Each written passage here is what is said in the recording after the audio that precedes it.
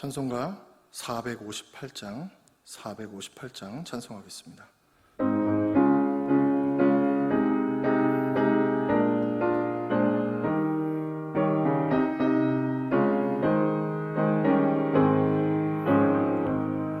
너희 마음에 슬픔이 가득할 때 주가 위로해 주시리라.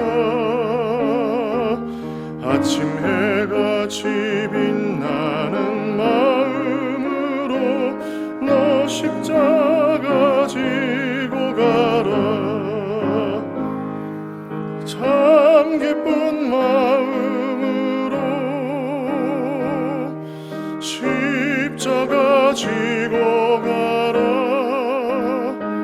내가 기쁘게 십자가 지고 가면 슬픈 마음이 위로받네. 때를 따라서 주시는 은혜로서 가란 심령의 힘을 얻고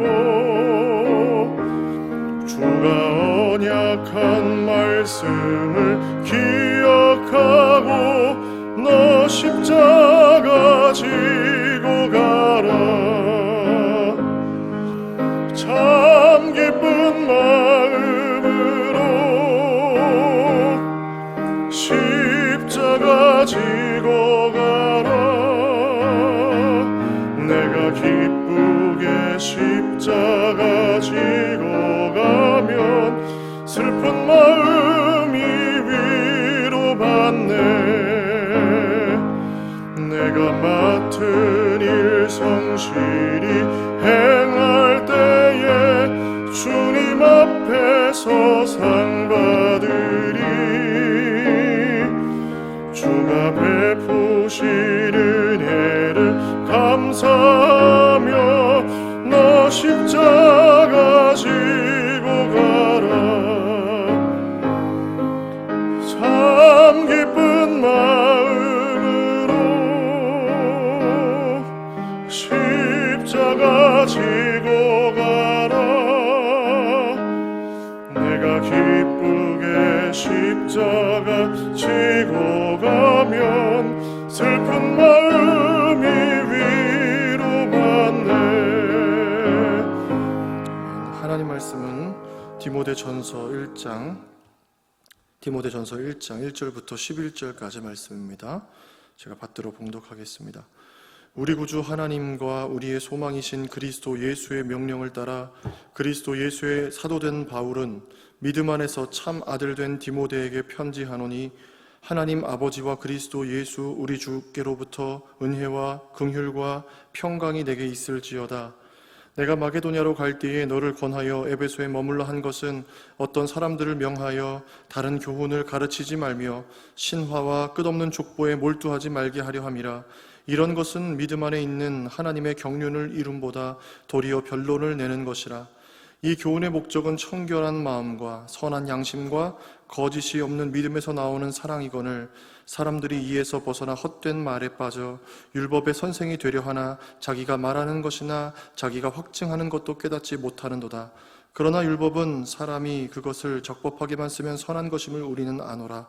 알 것은 이것이니 율법은 옳은 사람을 위하여 세운 것이 아니요 오직 불법한 자와 복종하지 아니하는 자와 경건하지 아니하는 자와 죄인과 거룩하지 아니한 자와 망령된 자와 아버지를 죽이는 자와 어머니를 죽이는 자와 살인하는 자며 음행하는 자와 남색하는 자와 인신매매하는 자와 거짓말하는 자와 거짓 맹세하는 자와 기타 바른 교훈을 거스르는 자를 위함이니 이 교훈은 내게 맡기신 바 복되신 하나님의 영광의 복음을 따름이니라. 아멘. 네, 오늘 추석 명절 이 새벽에 주님의 은혜가 여러분 모든 가정과 여러분과 또 여러분 가족들에게 자녀들에게 충만하시기를 축복합니다. 오늘부터 우리가 디모데전서의 말씀을 이 새벽에 함께 살펴보게 되겠습니다. 디모데전서는 목회 서신으로 알려져 있습니다. 디모데전서, 디도서 이런 편지들이 바울이 자기의 제자였던 디모데와 디도에게 쓴 목회적인 권면을 담고 있는 서신입니다. 바울이 1차 전도 여행 후에 예루살렘에 와서 바울이 이제 1차 전도 여행을 마치고 예루살렘에서 제자들, 사도들과 함께 이방인의 전도에 대해서 이제 예루살렘 공의회를 마친 후에 2차 전도 여행을 갑니다. 근데 바울이 1차 전도 여행을 갔을 때 들렸던 루스드라라는 성에 다시 가요. 그때 바울이 거기 갔을 때 누가 있었냐면 바로 디모데가 있었습니다. 근데 그때 디모데, 사도행전 16장에 보면 디모데에 대해서 어떻게 설명하냐면 제자된 디모데 이렇게 하고 있어요. 제자로 불리는. 그러니까 디모데는 바울이 1차 전도 여행 때 루스드라에 들렸을 때 복음을 듣고 회심하고 예수님을 믿었던, 그래서 바울의 제자가 됐던 것이었죠.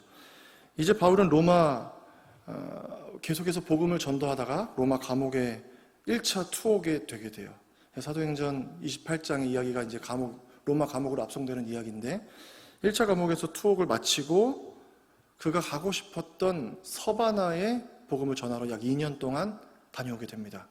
그리고 다시 자기가 전도했던 지역을 돌다가 마게도니아에서 에베소 교회 소식을 듣고 쓴 편지가 바로 이 디모데 전서였어요. 에베소 교회에 디모데를 파송하고 에베소 교회 소식을 듣고 그 디모데가 어떻게 목회를 하면 좋을지, 그 에베소 교회 문제에 대해서 그리고 디모데 목회에 대해 권면하고 있는 내용이 이 디모데 전서 그리고 후서입니다. 에베소 교회를 목회하는 디모데에게 바울이 목회의 선배로 또는 이제 아버지로서 양자 삼았다고 했잖아요. 권면하는 말씀인데 오늘 서두의 이 디모데 전서에서 바울이 어떤 말로 권면하느냐면 디모데에게 첫 번째로 교회는 예수 그리스도의 복음만 선포하는 곳이어야 한다라고 가르치는 겁니다. 교회가 어떤 곳이어야 되냐? 교회에서는 무슨 소리가 들려야 되냐? 교회가 전하는 것이 무엇이냐? 물었을 때 한마디로 예수 그리스도, 이 복음, 그걸 전하는 곳이어야 한다는 거예요. 세상에 좋은 것, 철학과 방법을 전하는 곳이 교회가 아닙니다. 교회는 어떤 곳입니까? 예수님의 복음만 전하는 곳인 줄로 믿습니다. 왜냐하면 복음만이 우리를 죄와 사망에서 구원할 수 있기 때문이에요. 세상에 좋은 철학, 사상, 학문이 우리의 삶을 구원하는 건 아닙니다, 여러분. 오직 복음만이 우리를 구원할 수 있습니다.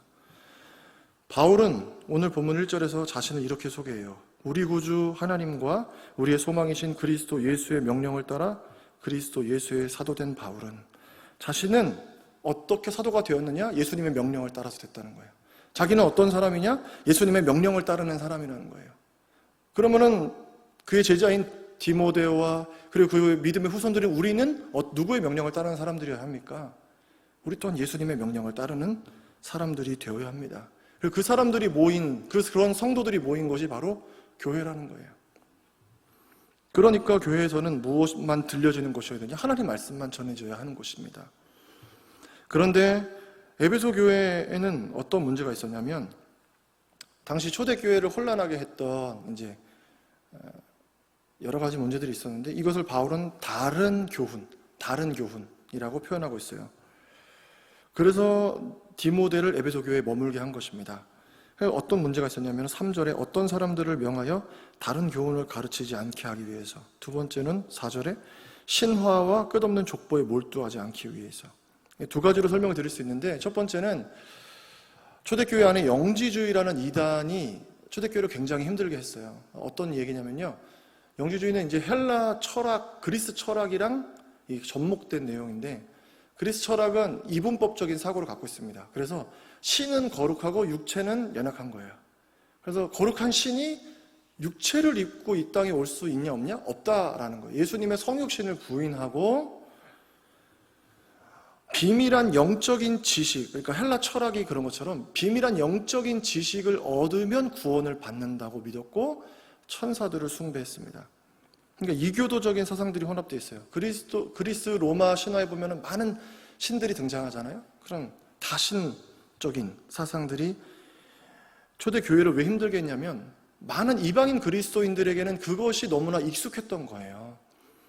설득력 있게 들렸던 것입니다. 그래서 이런 주장들이 많이 흔들렸고, 두 번째는 신화와 족보의 문제가 있었는데 그리스 로마 신화나 영지주의의 영향을 받은 전설, 꾸며낸 설화들, 그러니까 샤머니즘과 접목된 이런 것들이 교회를 혼란하게 했다는 것입니다.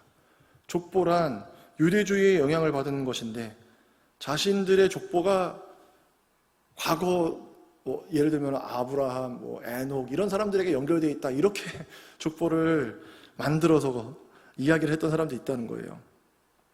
오늘날도 교회 다니신 교회 우리 성도님들 중에서도 요즘에도 있지 않다고 보는데 뭐 결혼식이나 이사 날짜를 뭐 받으러 간다든가 또 요즘 젊은이들 재미 삼아서 한다고 사주 카페, 뭐 타로 카페 이 카페들이 있어요. 이런 거 해주는 방문하거나 신문에서 오늘의 운세 뭐 이런 거 보는 거 이런 것들 있잖아요. 교회 안에서도 또 어느 교회 권사님이 점집에 점을 치러 갔는데 딱 그 무당이 대본에 당신 교인이지? 하고 딱 알아보더래요. 그랬더니 그게 소문나서 다음부터 교인들이 찾아가서 나도 교인인지 아닌지 맞춰보라고 이런 일들이 있었다잖아요. 바울은 이런 것들 복음을 변질되게 하는 것들이 변론을 만든다고 가르쳤습니다. 이런 사람들이 율법의 선생이 되려고 하면서 엉뚱한 율법을 가르쳤다라는 거예요. 길을 모르는 사람이 길을 알려주면 어떻게 됩니까, 여러분? 목적지까지 갈 수가 없죠. 지금 그런 상황이라는 거예요. 율법을 가르치면서 잘못된 율법을 가르치면서 어떻게 했냐면 율법의 진짜 역할을 왜곡시키는 거예요. 요거를 지켜서 다음 단계, 요걸 지켜서 다음 단계, 요걸 지켜서 다음 단계로 올라가야지 구원을 받는다.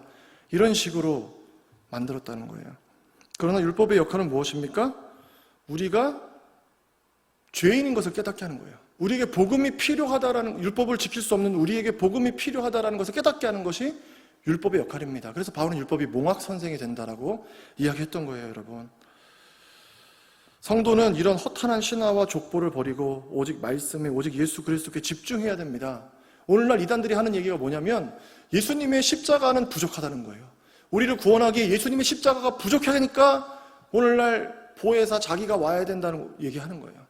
오늘날 무슨 절기 유월절을 또 지켜야 된다는 거예요. 여러분 절대 그렇지 않습니다. 구원은 예수 그리스도의 십자가로 완전하게 이루어진 줄 믿으시기를 축복합니다. 이거 믿으셔야 돼요.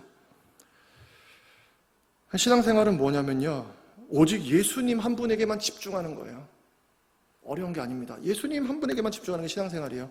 군대 처음 가서 사격할 때 제일 먼저 하는 게 뭐냐면요, 0점 조준이라는 걸 합니다. 이 총을 다 받으면 사람이 눈의 시력도 다르고 눈의 위치도 다르고 눈의 이 동자가 움직이는 것도 다 다르기 때문에 사격을 잘하기 위해서는 그 총을 자기 눈에 맞춰서 조준점 가늠자를 이렇게 크리크를 수정한다고 하는데, 이 조정하는 게 있어요. 목표물을 정확하게 맞추기 위해서 조정하는 거. 우리 신앙생활도 마찬가지입니다. 매일 아침 우리가 새벽 기도로 모이고 말씀 묵상하면서 뭐하면 0점을 조준하는 거예요. 우리 인생의 초점을 하나님께, 예수 그리스도께 맞추는 것입니다. 그래서 신앙생활은 본질과의 싸움이고 집중하는 싸움이에요. 세상에 무수한 소리가 들리지만 오직 말씀에만 집중하는 것입니다. 그런 여러분 되시기를 축복합니다. 그럼 다른 교훈이 아니라 바른 교훈은 뭐냐? 오늘 본문 마지막 절 11절. 이 교훈은 내게 맡기신 바 복되신 하나님의 영광의 복음을 따름이니라. 영광의 복음, 그게 바른 교훈이라는 거예요. 그럼 복음이란 무엇입니까, 여러분? 한마디로 요한복음 3장 16절이에요. 요한복음 3장 16절. 하나님이 세상을 이처럼 사랑하사 독생자를 주셨으니 이는 그를 믿는 자마다 멸망하지 않고 영생을 얻게 하려 하심이니라. 할렐루야. 예수 그리스도를 믿으면 멸망하지 않고 구원받는다. 그래서 예수님이 오셨다. 이게 복음이에요. 예수님 믿으면 멸망하지 않고 구원받는다. 그러니까 복음을 한마디로 그럼 하면 예수 그리스도라는 것이죠. 사랑하는 여러분, 복음만 붙드시기를 축복합니다. 세상에 좋다고 하는 거 많은 거 있을 수 있어요. 그러나 무엇이 우리를 살리냐? 예수 그리스도만 우리를 살릴 수 있는 줄 믿으시고 예수님만 붙드는 여러분 되시기를 축복합니다.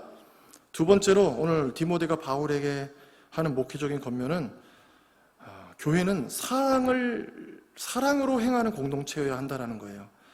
오늘 본문은 짧지만 두 가지 바울은 계속해서 대조하는 단어로 등장해요. 바른 교훈과 다른 교훈, 바른 것과 다른 교훈, 그리고 복음과 율법, 그리고 사랑과 변론입니다. 예수님께서 우리에게 선한 목자라고 말씀하셨어요. 그래서 자기 양들을 위해서 자기의 목숨을 버린다고 하셨습니다. 예수님은 우리를 구원하시기 위해서 우리와 변론하지 않으셨어요. 야, 내가 너한테 이렇게 했는데 너 이렇게 했냐? 하면서 너는 구원 받았다, 너는 구원 못 받았다, 이렇게 변론하지 않으셨어요. 어떻게 하시냐면 우리를 그냥 사랑하셨어요. 오늘 본문에 보면 다른 교사들의 문제점이 등장하는데 헛된 말에 빠져서 율법의 선생이 되고자 했다는 것입니다. 내가 율법을 좀 가르치는 선생, 좀 유명한 사람, 내가 여기에 영향력 있는 사람이 되고 싶어 했다라는 거예요. 그러나 바울은 참된 목양이 무엇이냐? 참된 목양은 사랑에 있다라고 오늘 말씀하는 거예요. 근데 그 사랑은 어디서 나오냐면 청결한 마음과 선한 양심과 거짓 없는 믿음에서 나온다, 이렇게 얘기해요. 어떤 거냐면 청결한 마음, 선한 양심, 거짓 없는 믿음. 그럼 청결한 마음은 무엇이냐면요, 탐욕이 없고 불순한 의도가 없는 거예요. 여러분, 사랑할 때 생각해 보세요. 엄마가 자녀들을 키우는 이유가 무엇입니까? 사랑하니까 키우는 거 아닌가요? 얘가 20살 장성할 때까지 내가 얘한테 돈을 얼마를 들였는지, 옷을 얼마나 입혔는지, 먹을 걸 얼마나 했는지 다 계산해가지고 20살 때 다 받아내리라. 우리 그러면서 자녀들 키우진 않잖아요. 사랑하니까 퍼주지 않습니까? 청결한 마음이 바로 그것입니다. 불순한 의도가 없는 거예요. 선한 양심이란 무엇입니까? 하나님에 대한 바른 경외 아래에 있는 양심이에요. 양심. 하나님의 말씀이라는 빛의 인도함을 받아서 예민하게 반응하는 양심이에요. 그러니까 우리가 사회에서도 어떤 일을 할 때 이건 양심에 찔린다. 옳은 것과 그른 것을 구분하는 마음이 양심이거든요. 근데 이 양심이 어디에 조명을 받냐면 내 자신에게 기준하는 것이 아니라 하나님의 말씀, 빛 대신 예수 그리스도의 조명을 받는 거예요. 그게 선한 양심입니다. 그래서 예수 그리스도를 중심으로 이것이 옳은가 그른가를 구별하는 것이 선한 양심. 세 번째, 거짓 없는 믿음은 숨기지 않고 빼지 않고 온전히 다 맡기는 거예요. 온전히 다 맡기는 거. 바울이 이야기하는 사랑은 이 기초 위에 세워지는 거예요. 청결한 마음, 선한 양심, 거짓 없는 믿음. 어떤 의도, 다른 동기, 자기 유익을 위한 행동하는 것이 아니라 하나님께서 맡겨주신 양떼를 위해서 숨김없이 모든 것을 헌신하면서 아무런 대가를 바라지 않으면서, 그리고 그들을 옳은 길로 인도하기 위하여 헌신하는 것. 이게 사랑이라는 거예요. 이런 사랑이 없는 목자야말로 사꾼이죠. 그래서 성경에서 이야기하는 사랑은 단순히 감정적이지도 순간적이지도 않습니다. 어떤 사랑이면 전인격적인 사랑이에요. 온 마음을 드리는 사랑이에요. 예수님이 바로 그 사랑을 보여주셨고 그 사랑을 십자가에서 완성하셨습니다. 요한복음 13장 1절은 이렇게 시작되는데, 6월절 전에 예수께서 자기가 세상을 떠나 아버지께로 돌아가실 때가 이른 줄 아시고 세상에 있는 자기 사람들을 사랑하실 때 끝까지 사랑하시니라. 그런데 요한복음 13장 2절은 뭐라고 되냐면 가룟 유다가 배신할 거라는 말씀이 되어 있어요. 요한복음 13장 3절부터는 무슨 얘기냐면 예수님이 갑자기 일어나서 수건을 허리에 두르시고 대야에 물을 받아서 제자들의 발을 씻기시는 거예요. 이게 사랑입니다. 그 제자들은 어떤 제자들이에요? 그날이 세족 목요일이잖아요. 그리고 금요일 예수님 잡혀가실 때 예수님 버리고 다 떠났어요. 얘네들, 제자들. 근데 예수님 그거 다 아셨어요. 베드로는 배신할 걸 알았고 가룟 유다는 자기를 팔 걸 알았어요. 근데 그들의 발을 씻기시는 거예요. 대가가 없는 거예요. 그리고 그들이 돌아올 것을 그들의 믿음에 맡기는 거예요. 예수님의. 그래서 예수님은 어떻게 하셨냐? 끝까지 사랑하셨다. 교회는 바로 이런 사랑의 공동체가 되어야 할 줄로 믿습니다. 교회는 성도의 뜨거운 사랑으로 살아나는 줄로 믿습니다. 그러나 사랑이 아닌 헛된 말에 빠지잖아요? 그럼 공동체가 큰 어려움에 빠지는 거예요. 서로 판단하고 정죄하는 말들이 오갈 때, 그때 문제가 생겨납니다. 성령의 불이 붙어서 교회가 활활 타올라야 되는데 그 불이 꺼져요. 사랑이 식어진 자리에는 뭐만 남습니까? 시커먼 재만 남아요. 여러분, 우리 마음에 서로를 향한 사랑이 식어지잖아요. 그럼 우리 마음에도 허무한 변론과 재만 남게 됩니다. 그래서 여러분, 뜨겁게 사랑하는 여러분 되시기를 축복합니다. 마태복음 23장에서 예수님은 거짓 종교 지도자들을 향해 비판하시는데요, 잔과 대접의 겉은 깨끗하지만 그 안은 탐욕과 방탕으로 가득하다. 회칠한 무덤이다. 겉은 번지르르한데 그 속에는 썩어지는 것들만 가득하다라고 비판하셨어요. 하루살이는 거르고 낙타는 삼키는 자들, 성도들을 자기의 유익의 도구로 보는 자들이라고 비판하셨어요. 그러나 예수님이 유월절을 맞아 성전에 올라가셨을 때 거기서 어떤 사람을 보셨습니까? 자기의 식사값을 하나님께 헌금하는 가난한 과부도 보시는 거예요. 그런데 그 백성들의 마음을 속여서 자기들의 배를 불리는 종교 지도자들이 예수님 보실 때 너무나 속상하셨던 거죠. 예수님은 백성들을 보실 때 목자 없는 양같이 보셨습니다. 그들을 불쌍히 여기셨어요. 불쌍히 여기셨다라는 헬라어 스플랑클 조마이, 이 뜻은 애가 끓다는 뜻입니다. 애가 끓다. 창자가 끊어지는 것 같은 아픔이라는 거예요. 중심 깊은 곳에서 그 중심이 저와 여러분에게도 있기를 소망합니다. 사랑해야지 해서 하는 게 아니라 진짜 중심에서부터 이웃을, 우리 성도들을 사랑하고 가족들을 사랑하는 그 마음을 하나님이 우리에게 주시기를 원해요. 베드로 사도는 성도들에게 그래서 이렇게 권면했습니다. 무엇보다 뜨겁게 서로 사랑할지니 사랑은 허다한 죄를 덮느니라. 사랑하는 여러분, 하나님은 중심을 보십니다. 성도는 중심이 깨끗한 사람들이죠. 깨끗한 동기와 선한 양심, 거짓 없는 믿음으로 참된 사랑을 이룰 수 있기를 축복합니다. 여러분에게는 청결한 마음, 선한 양심, 거짓 없는 믿음에서 나오는 사랑이 있습니까? 가족들을 생각할 때, 내 이웃을 생각할 때. 근데 만약에 우리에게 그 사랑이 없다면 주님의 은혜를 구하셔야 돼요. 청결한 마음을 주옵소서, 선한 양심을 주옵소서, 거짓 없는 믿음을 주옵소서 구하셔야 합니다. 왜냐하면 교회는 복음이 선포되는 곳이고 교회는 사랑으로 행하는 곳인데, 주님 말씀에 진짜 교회는 누구냐면 이 건물이 아니라 바로 우리 자신이 교회이기 때문이에요. 그래서 우리가 온전히 교회가 되려면 우리 안에 예수님만 가득해야 되고, 우리가 행하는 모든 곳에는 사랑으로 행할 수 있어야 하는 것입니다. 사랑하는 여러분, 이 마음을 구하시기를 바랍니다. 험한 세상에서 어떻게 그렇게 살 수 있습니까? 악한 세상에서 그게 가능합니까? 여러분, 이렇게 질문하실 수도 있는데 제가 드릴 수 있는 말씀은 그렇게 살고자 할 때 반드시 고난받게 될 것입니다. 더 힘들어질 수도 있어요. 그러나 이게 바로 성도의 길입니다. 이게 바로 성도의 길입니다. 쟁기를 손에 든 자는 뒤를 돌아보지 않는다고 하셨어요. 뒤를 돌아보지 않아야 한다고 하셨습니다. 성도의 길이에요. 그러나 그 한 성도를 통해서 하나님의 나라가 이 땅에 세워지고 뿌리를 내리고 반드시 열매를 맺게 될 것입니다.